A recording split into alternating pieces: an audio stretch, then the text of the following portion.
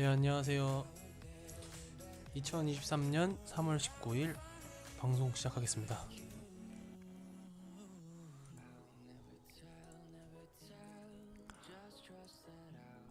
먼저 나스닥을 볼게요. 어제나 오늘이나 아직은 당연히 변화가 없을 거고, 내일 과연, 네, 안녕하세요. 내일 어떤 모습을 보여줄지, 지금 자리에서 나스닥 같은 경우에는 1년 이동평균선 241 이평선을 과연 자리를 지지해 줄 것인가,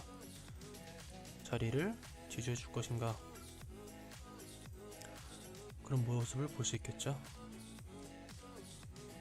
과연 이 자리 지지해 줄 것인가, 내일 그것을 봐야 되겠죠. 나스닥 같은 경우에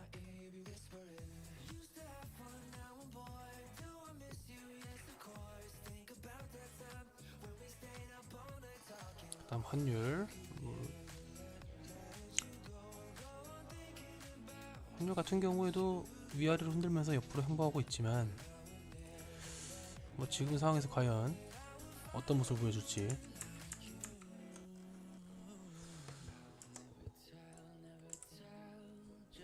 내일 돼보면 알겠죠. 네. 나스닥이나 환율이나 어쨌든 주말 내에는 뭐가 크게 달라질 게 없기 때문에, 특히 나스닥 같은 경우에는 주말에 장을 안 열기 때문에 오히려 이럴 때는 비트의 무빙을 보면 조금은 알 수 있긴 한데, 지금 상황만 봤을 때는 이제 FOMC가 이틀 남았잖아요. 그렇기 때문에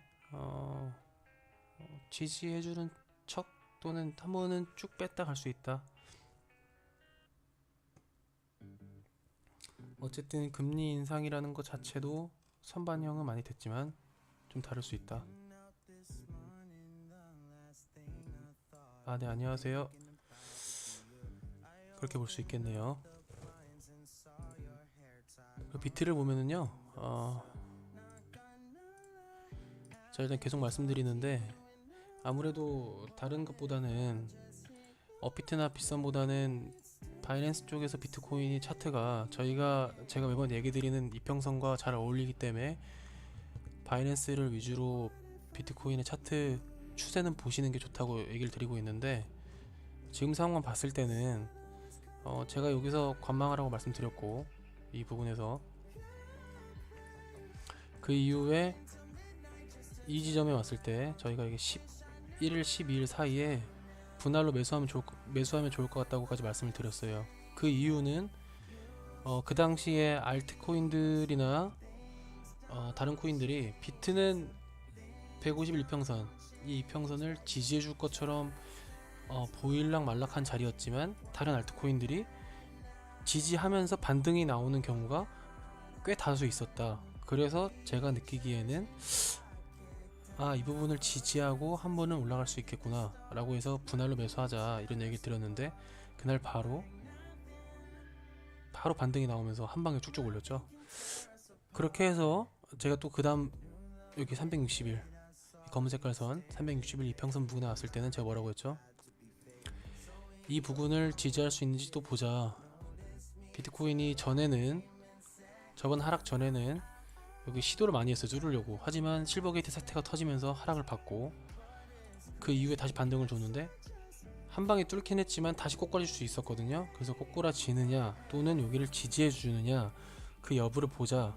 하지만 저는 지지해 줄 것 같다 라고 말씀을 드렸는데, 바로 또 상승이 나왔습니다. 그럼 지금은 어떻게 될까? 이제 앞으로 어떻게 될까? 많이 궁금하실 텐데 제 생각은 그래요. 아직 알트코인들이 그러니까 시간과 기간의 조정을 받은 거에 비해서, 물론 단기간 두세 배는 올랐지만 앞으로도 오를 가능성이 높다라고 봅니다. 그럼 비트는 어떻게 했느냐? 비트도 마찬가지예요. 여기서 반등을 단기에 주긴 했지만, 물론 조정은 나오겠죠. 일시적인 조정. 그 조정의 자리가 지금 여기 보이는 빨간 색깔 선 7일선 이평선 또는 또 다시 360 이평선까지 꼬꾸라질 수는 있겠지만, 전체적으로 봤을 때는 우상향으로 갈 거다. 이게 제 생각입니다. 그거에 대한 이유는 어차피 21일 이제 앞으로 금리 인상 이틀밖에 안 남았거든요. 금리 인상 해봐야 25bp 나오겠죠? 예.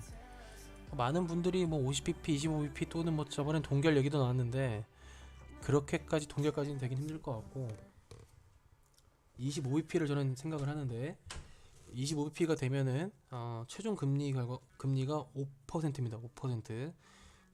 그렇게 되면은 어쨌든 이번 이후에 5월까지 FOMC가 또 없고 그럼 그 전까지는 상승장을 갈 수 있다.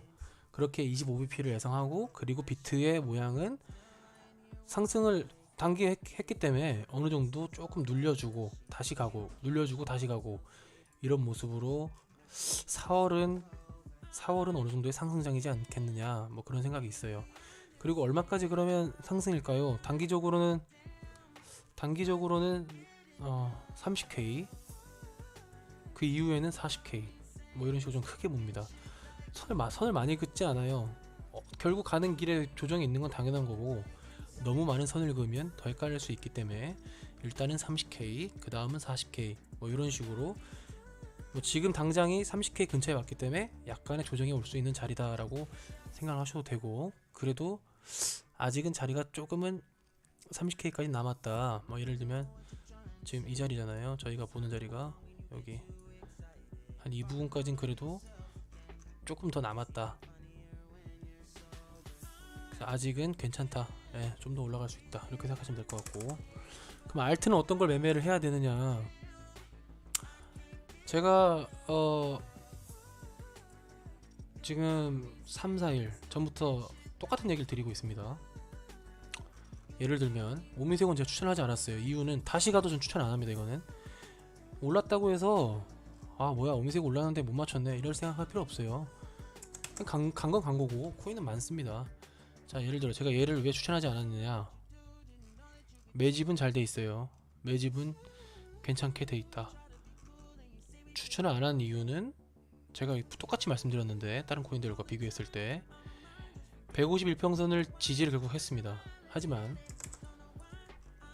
어제나 그제 여기서 올라가다가 152평선 지지하고 올라가다가 파란 색깔 31평선이라고 했죠. 이게 되게 중요한 소리인데 요게 맞고 떨어지는 경우가 정말 많았어요. 그래서 오히려 이 밑에 있는 애들보다는 위에까지 뚫어준 애들을 매매하자라고 얘기 드렸어요. 그중 얘가 퀀텀이었죠. 근데 퀀텀도 결국 맞고 떨어졌습니다. 근데 오늘 뚫어냈고 그럼 어떤 게 있을까? 이제 네오 같은 얘기를 드렸었어요. 뚫어내는 모습을 보여줬고 그 다음 파란 색깔 음봉 줬지만 이 자리에서 지지하는 라인에서 한번 매수를 해보자 이런 얘기를 드렸었습니다. 그래서 제가 관심 코인으로 그때 몇 개를 말씀을 드렸었는데 가령 예를 들면 이런 애들이에요.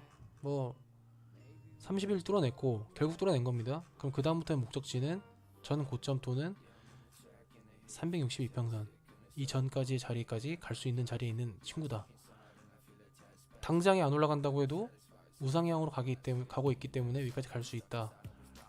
그래서 이런 친구들 위주로 매매하는 게 나을 것 같다라고 말씀드렸어요. 근데 희한하게도 저번에는 제가 전에 추천했던 애는 뭐 예를 들어서 마스크 네트워크 추천했었는데 그런 애들은 그때 당시에는 이제 좀 가벼운 애들이었어요. 뭐 지금 여기서도 예를 들면 뭐 리퍼류 그다음 뭐 쿼크체인 이런 친구들이었는데 이제는 보시면 퀀텀, 테조스, 빅케, 디센트럴랜드, 폴카닷, 샌드박스 전체적으로 공통점이 한 시총 1조가 넘죠. 그 기존에 1조가 넘는 그러니까 사실상 저는 메이저를 좀 무거운 애를 이제 메이저라고 하는데 뭐 저희한테 사실 이제 메이저 코인 예전에는 뭐 리플, 에이다 이런 애들이 메이저였지만 요새는 그런 게 없죠. 뭐 메이저라고 하기가 좀 애매한데 어쨌든 일시총 1조가 넘는 애들 이젠 이런 애들이 좀 움직일 것 같다고 제가 말씀을 드리고 있어요. 이유는 얘네가 저번 실버게이트 사태 전에 많이 올라가지 못했습니다. 다른 RT에 비해서. 그럼 그렇다고 얘네 거꾸로서 완전히 망하느냐? 그것도 아니에요. 기존에 매집이 좀 돼 있었고 사람들이 원체 많이 들고 있는 애들이기 때문에 올리기가 힘든 거거든요. 물량이 많기 때문에. 주변 들어보면 코인 하는 사람들 중에서는 샌드박스, 리플, 뭐 이더 디센트럴랜드 이 모르는 사람 없습니다. 안 들고 있는 사람도 없고 그만큼 무겁기 때문에 여기서 올려주는 척하면서 다른 알트들을 순환 펌핑을 시켜버리면 여기 들고 있는 홀더들은 흔들릴 수밖에 없거든요.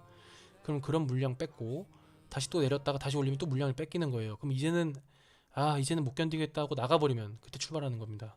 제 생각에는 저번에 오르지 않았던 애들 위주 뭐 이런 디센트럴랜드나 샌드박스 지금 32평선 위에 있고 151평선 위에 있고 361평선보단 이격이 좀 있는, 그럼 얘네들은 전 고점에서 한번 분할 매도하고 그 다음 1,400원 이런 자리까지 볼 수 있는 이런 친구들도 괜찮다라고 생각이 되어지고 있어요. 지금 자체는. 그래서 항상 지금은 이런 애들이 오히려 괜찮다. 그래서 좀 봐주시고, 그리고 뭐 추가로 이게 좀 보면은요. 저도 같은 경우에 센티넬 프로토콜 이 친구 좀 매수를 했는데 똑같은 위치죠. 151평선 밑에 깔고 있고 여기서 실버게이트 사태에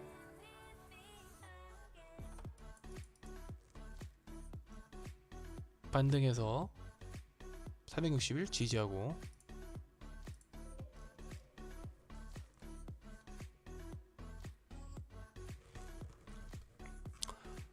이런 애들 괜찮죠? 다음 비골도 괜찮다고 제가 말씀드렸어요.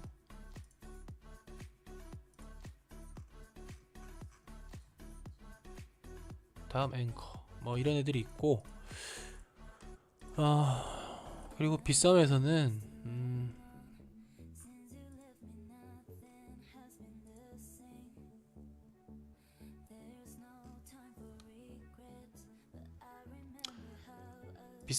제가 갈라코인 괜찮다고 말씀드렸는데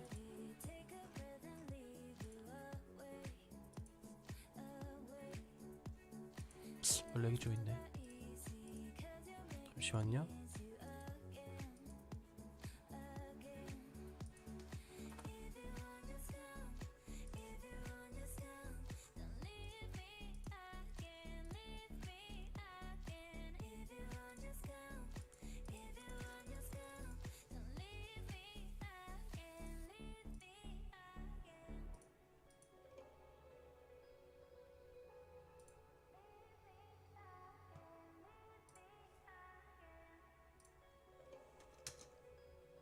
네, 렉이 좀 있는 것 같네요. 자, 10시 됐네.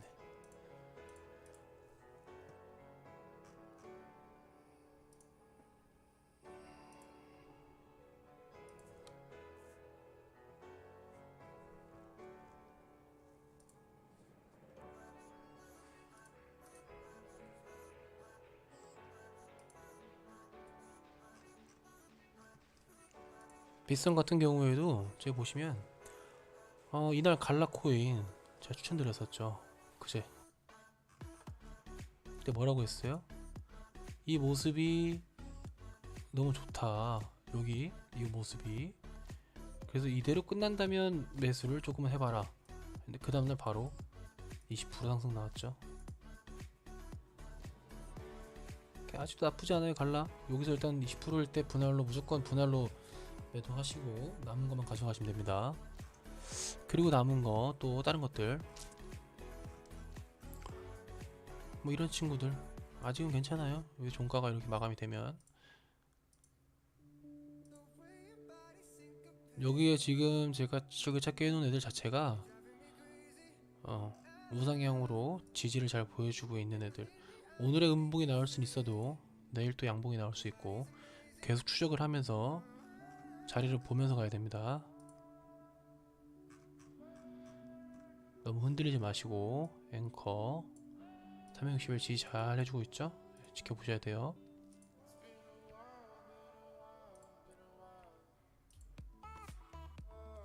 비트코인 골드 아직 나쁘지 않습니다.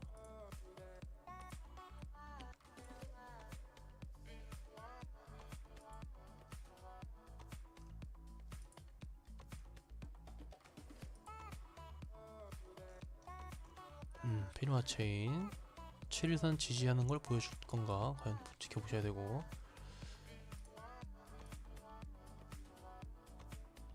위드 점점 드디어 위로 올리고 있죠. 이 친구 진짜 오래 걸리는데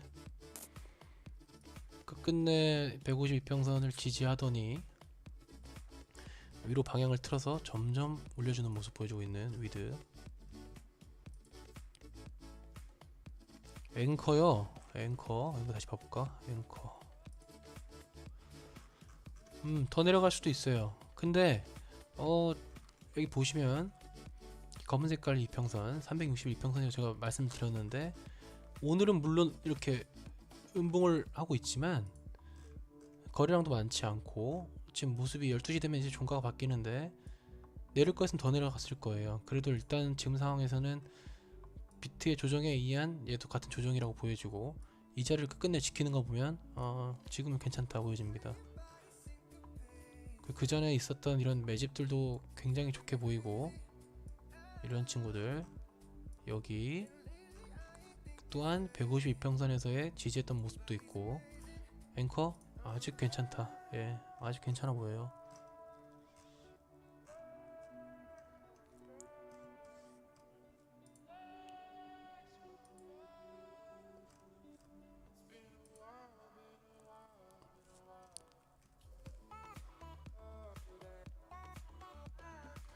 네, 너무 걱정하지 마세요. 전체적으로 뭐 조정이 오는 거니까 지금은 좀 괜찮습니다. 비트가 물론 여기까지 좀 더 빠질 수는 있지만 이게 큰 영향을 뭐 하진 않을 거다. 물론 조정은 좀 올 수 있어요. 그래서 오히려 좀 걱정이 되시면, 아직 이득인 구간에 있는 코인들은 오히려 이럴 때 비중을 조금 줄이는 것도 나쁘지 않아요. 조정이 좀 온다고 생각하시고.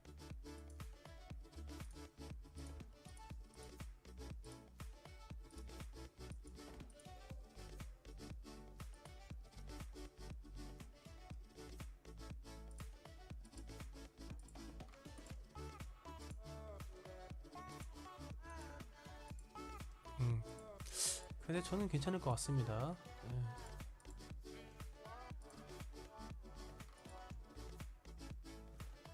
이 전체적으로 보시면 아직도 애들이 올라갈 곳이 많이 남아있고, 물론 그런 건 있어요. 이 30일 부근에서 지금 돌파를 못 해주고 있거든요, 다. 그게 하나 좀 찝찝하긴 한데, 그래도 전체적으로 괜찮다.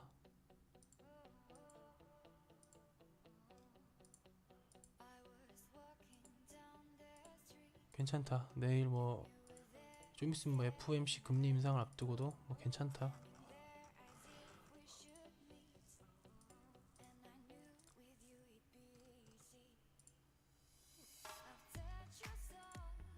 그리고 항상 저희는 이제 어쨌든 분할로 매수하기 때문에 나중에 물타기 할 수량을 항상 남겨두고 있기 때문에 지금은 괜찮습니다.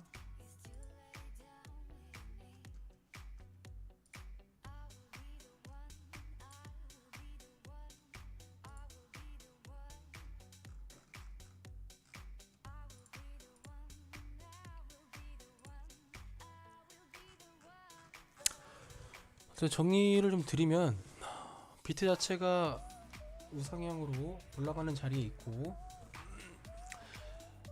우상향 올라가는 자리에 있고, 여기서 나오는 단기적인 조정은 있을 수 있으나 결국 큰 상승을 보고 있고, 그럼 그 동안에 이제 알트들을 보시면 아직 올라가지 않은, 이 올라가지 않는이란 기준은 제가 항상 말씀드리는 151 이평선 위엔 있으나 360 이평선보다 밑에 있는 이런 친구들. 이 말은 또 무엇이냐면요, 비트보다 낮아요. 비트코인 자체도 지금 150 이평선에서 지지해서 360 이평선까지 뚫었는데, 원래는 알트가 이런 거에 대한 변화가 빠르거든요. 비트가 5% 오르면 알트는 뭐 20% 오르고, 비트가 5% 떨어지면 알트는 20% 떨어지기 때문에 항상 맞춰서 가는데, 이런 것보다 아직 못 간 애들이 많아요. 그런 애들이 이번엔 갈 것으로 보여진다라고 저는 말씀을 드리는 거예요. 뭐 그런 애들 중에 있는 게 지금 뭐 샌드박스나 이제 디센트럴랜드 이런 친구도 괜찮고, 앵커 이런 애들도 보면 아직 덜 갔거든요. 앵커 매집도 잘 돼 있고, 그다음 그래프 웹3의 선두주자 그래프, 뭐 이런 친구들. 그래서 좀 보시면서 아직은 괜찮기 때문에 너무 올라가 있는 거 말고, 그리고 여기를 뚫지 못하는 거, 뭐 예를 들어서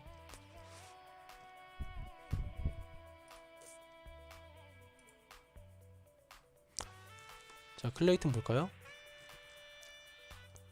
앞전에 매집도 많이 돼 있고 돌파도 했었고 150 지지도 보여줬어요. 하지만 150 지지를 보여줬더만 끝끝내 360, 지금 361선 위에 있고 이 31선을 뚫지 못하고 맞고 떨어지죠. 지금 이런 게 굉장히 많아요. 맞고 떨어지고 맞고 떨어지고 이런 게 되게 많습니다. 그렇기 때문에 오히려 이런 것보다는 30일 이평선 위에 이렇게 안착되어 있지만 여기까지 이격이 좀 있는 거, 이런 애들을 사시는 게 좋다. 그렇게 예를 들었던 게 제가 갈라라고 말씀을 드렸잖아요. 갈라코인.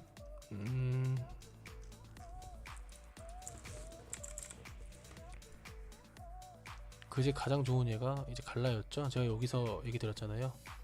이틀 전 방송 보시면 내용이 있는데, 제가 갈라코인 보시면서 이날 갈라하고 알파 비교하면서 말씀드렸던 것 같은데 150일 지지를 하고 있고 30일 이평선 부근에서도 지지가 나왔다. 그래서 이대로 끝나면 매매를 하셔라, 분할로 사도 괜찮다라고 말씀드렸는데 그 다음날 바로 20% 상승 나왔어요. 그럼 20% 상승 나오면 저희가 항상 파는 자리, 이런 자리 근처에 오면 반 매도하고 남은 거 들고 가는 그런 포지션. 왜 알파랑 비교했냐, 150일 지지하고 여기서의 모습이, 얘가 상승을 보여줬는데 이 모습이 갈라 똑같았어요. 코인은 진짜 뭐 하나하나 따지고 보면 안 좋은 코인 없습니다. 그래서 코인을 전부 다 하나하나 세세하게 알기보다는 어떻게 보면 단순 그림으로 보는 게 더 편할 수 있어요. 코인에다가 너무 가치를 매기지 마시고 코인에다가 너무 사랑에 빠지지 마셔라.